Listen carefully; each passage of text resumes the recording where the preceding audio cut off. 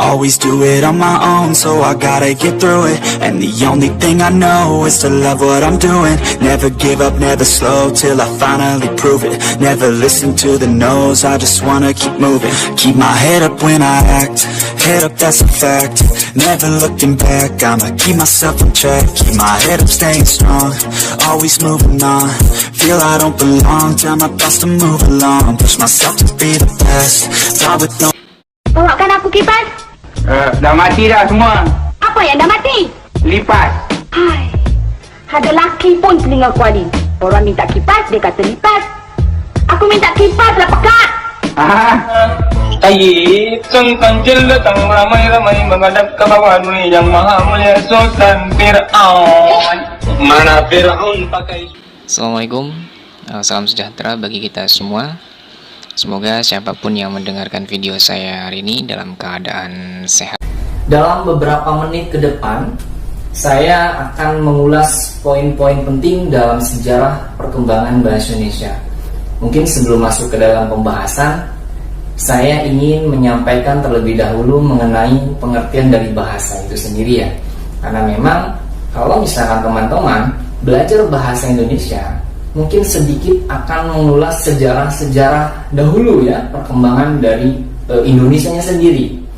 Karena nggak akan jauh dari sana, karena memang bahasa itu adalah pemersatu gitu kan, untuk hubungan sosial dan sebagainya, termasuk hubungan perdagangan.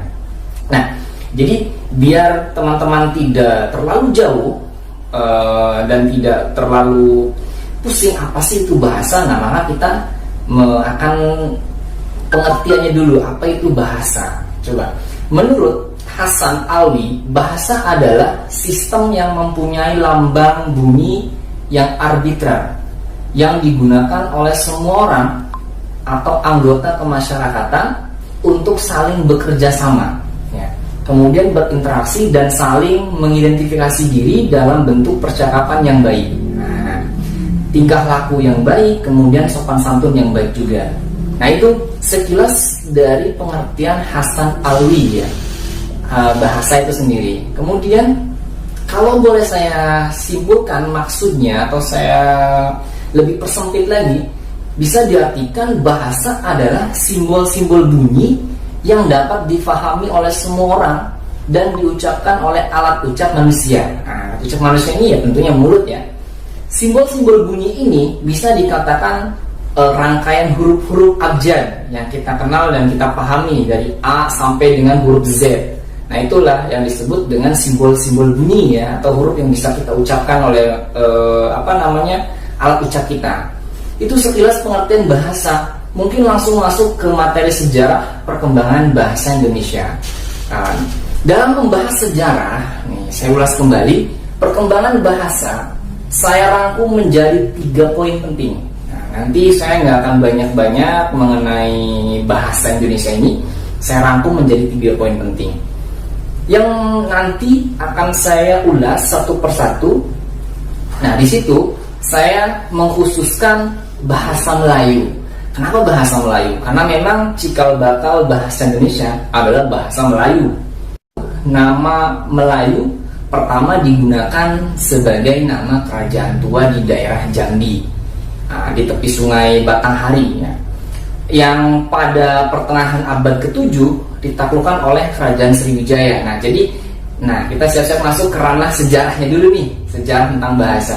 Nah, kembali tadi, ketika ditaklukkan oleh kerajaan Sriwijaya di bawah pemerintahan Raja-Raja Sailendra ya pada saat itu, dan ini menjadi pusat politik di Asia Tenggara dan juga menjadi pusat ilmu pengetahuan. Nah, berdasarkan beberapa prasasti yang ditemukan, jadi ada bukti-bukti berupa prasasti yang ditemukan membuktikan bahwa Sriwijaya itu menggunakan bahasa Melayu, tapi Melayunya Melayu kuno. Ya, dengan kata lain, pada abad ke-7 bahasa Melayu menjadi bahasa resmi daerah kekuasaan Sriwijaya.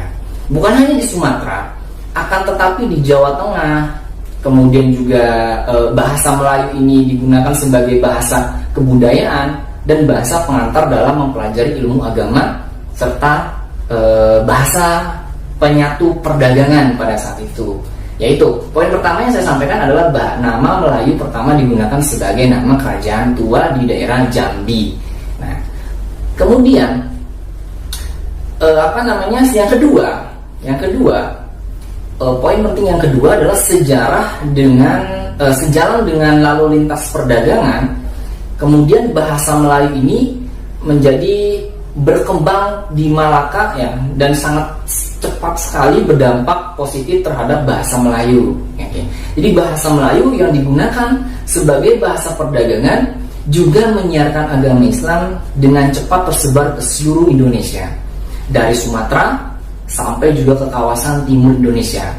Nah, kemudian pada tahun 1511 Malaka ditaklukkan oleh Angkatan Laut Portugis, dan pada tahun 1641 ditaklukkan oleh Belanda. Nah, ini mungkin kalau teman-teman dulu belajar tentang sejarah ya, mungkin nggak asing nih dengan bahasan seperti ini. Jadi memang ketika kita belajar sejarah bahasa, karena yang pertemuan kali ini kita membahas tentang sejarah bahasa, maka kita akan mengulas sedikit sejarah dari Indonesia itu sendiri, gitu ya. Oke.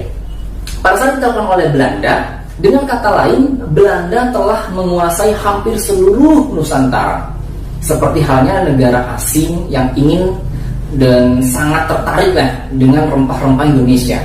Kemudian pada tahun 1596 datanglah perdagangan Belanda ke daerah Banten ya, dengan nama VOC ya. Kembali mungkin ini kalian merasa nggak asing dengan VOC ini sendiri ya. Masalah yang dihadapi Belanda adalah, nah ini kita muncul, yang jadi dihadapi pada saat Belanda masuk ke Indonesia, yang dihadapi oleh Belanda adalah terkait masalah bahasa, gitu. Karena tujuannya kan mereka untuk perdagangan ya. Nah, bahasa pemersatu ya. Maka tidak ada pilihan lain, digunakanlah bahasa Melayu sebagai bahasa pengantar atau lingual French pada saat itu. Oke. Kemudian poin yang ketiga, simpulan saya yang ketiga, poin per poinnya yang ketiga itu, ini tanggal yang paling menjadi dramatis ya, karena pada tanggal 28 Oktober 1928. Ada yang tahu tanggal apa ini? Hari apa? Peringatan hari apa? Hari Sumpah Pemuda. Nah, merupakan hari pengangkatan atau penobatan bahasa Indonesia sebagai bahasa persatuan atau sebagai bahasa nasional.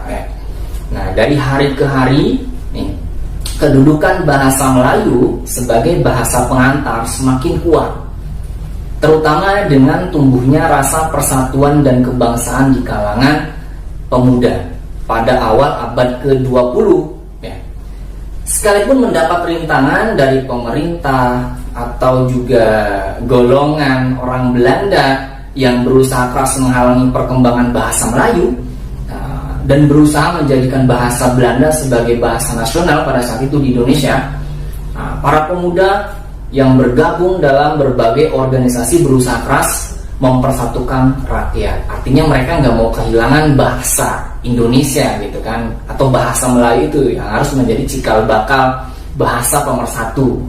Jadi pemuda dengan gigih menjaga itu ya.